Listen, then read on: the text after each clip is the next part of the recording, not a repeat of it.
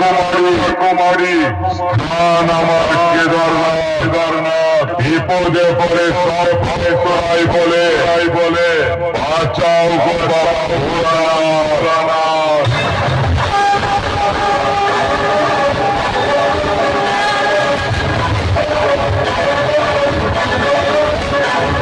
চিকন হাটির পাকিস্তানের মালিকের পক্ষ থেকে এলাকার নাগরিক বৃন্দকে জানাই আন্তরিক অভিনন্দন।